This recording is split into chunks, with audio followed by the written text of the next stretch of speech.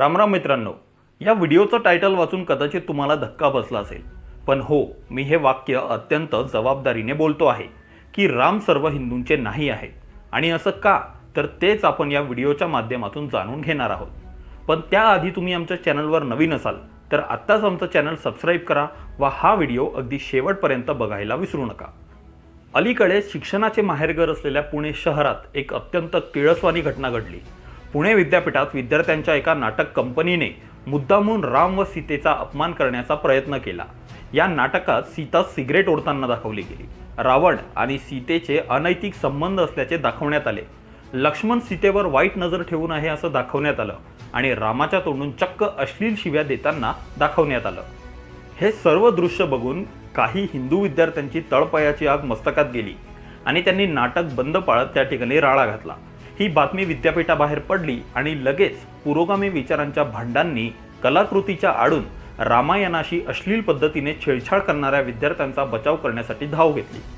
राम काही एका विशिष्ट राजकीय पक्षाची मक्तेदारी नाही वगैरे अशा प्रकारची वक्तव्य करणारे इतर राजकीय पक्ष, संघटना आणि व्यक्ती या संपूर्ण प्रकरणावर गप्प होते. रामायणाला बदनाम करून मर्यादा पुरुषोत्तम श्रीराम यांचं असं बिभत्स रूप नाटकाच्या माध्यमातून जगापुढे आणणाऱ्या कलाकारांवर राज्यातील अनेक स्वयंघोषित हिंदुत्ववादी पक्ष मूग गिळून गप्प बसले होते. हे तेच पक्ष होते जे राम मंदिराच्या प्राणप्रतिष्ठा सोहळ्यावेळी सत्ताधारी भाजपवर असं म्हणून टीका करत होते की भाजपने रामाला हायजॅक केलाय.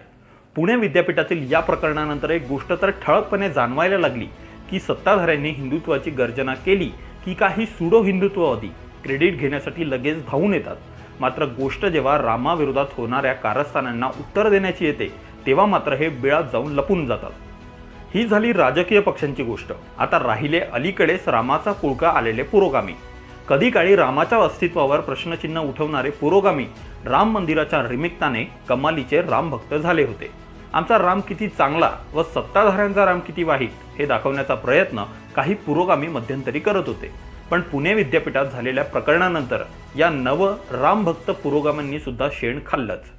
राम देव आहेत आणि ते स्वतःचं स्वतः बघून घेतील. हिंदुत्ववाद्यांनी या वादात पडू नये असं फुटकळ लॉजिक मांडण्यापर्यंत पुरोगाम्यांची मजल गेली. मुळात मोदी विरोधासाठी स्वतःला हिंदूप्रेमी दाखवण्याच्या स्पर्धेत हिंदुत्वाचा मूळ विचारच हे पुरोगामी वाचायला विसरले.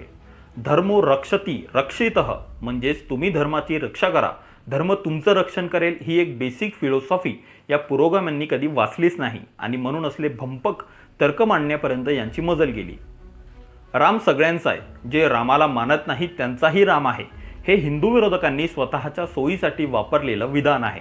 मुळात राम त्याचाच आहे जो रामाला मानतो, जो रामाच्या विचारांना मानतो व रामाचे जतन करतो. स्वतःच्या राजकीय फायद्यासाठी किंवा एखाद्याला विरोध करण्यासाठी स्वतःला रामप्रेमी भासवणाऱ्यांचा राम आधीही नव्हता आणि कधी नसणार सुद्धा आहे. तुम्हाला याबद्दल काय वाटतं? सेक्युलर गटाकडून रामाच्या नावाखाली जे राजकारण सध्या सुरू आहे ते योग्य आहे की अयोग्य हे आम्हाला कमेंटमध्ये नक्की सांगा.